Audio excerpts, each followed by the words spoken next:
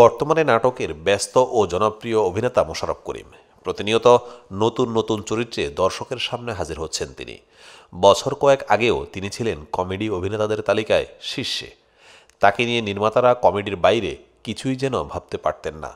অভিনেতাও এসব চরিত্রে নিজেকে মানিয়ে নিয়েছিলেন। তবে একটা সময় পর উপলব্ধি করলেন নিজেকে ভাঙতে হবে, কথা মতো কাজ শুরু করলেন আর পেয়েছেন সাফল্য। গত ৩ বছর এই অভিনেতাকে ভার্সেটাইল চরিত্রে দেখা যাচ্ছে। সেই ধারাবাহিকতায় বছর দুয়েক আগে একটি ভৌতিক চরিত্রে অভিনয় করেছিলেন। কিছুদিন আগেই খবর দিয়েছিলেন দ্বিতীয়বারের মতো ভৌতিক গল্প নিয়ে আসছেন তিনি। এবার জানা গেছে সেই ২০০ নামে ওয়েব সিরিজটি মুক্তির তারিখ। ৪ পর্বের এই সিরিজটি প্রথম পর্ব মুক্তি পাবে ১৮ ডিসেম্বর।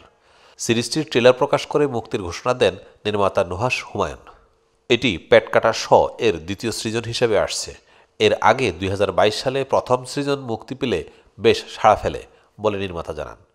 এই প্রসঙ্গে নুহাশ বলেন, নতুন সৃজন অন্যরকম ভাবনা থেকে তৈরি।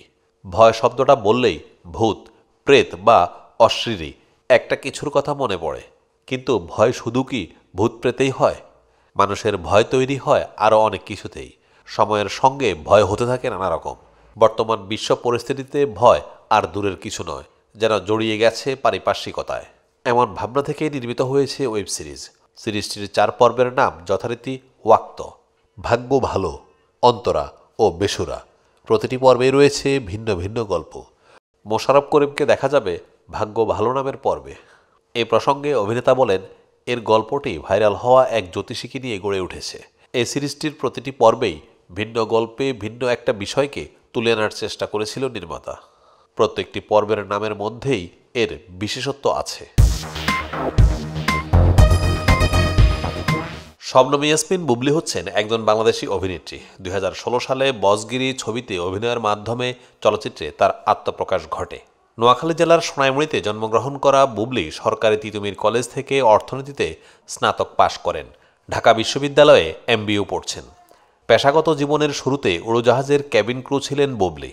এরপর সংবাদ পাঠিকার ভূমিকায়ও দেখা গেছে তাকে। অবশেষে স্থিতি হয়েছেন চলচ্চিত্রে।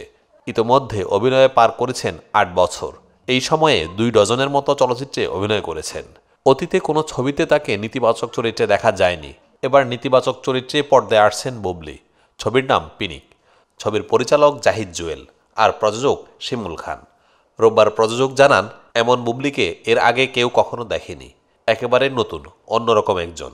পর্দায় তাকে দেখার পর কেউ চমকে যাবেন।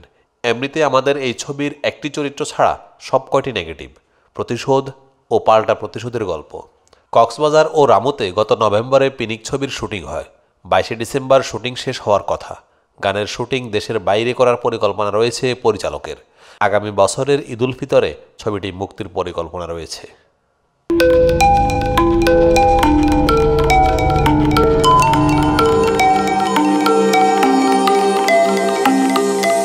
টেক টিভি, দেশ ও দশের কথা বলে।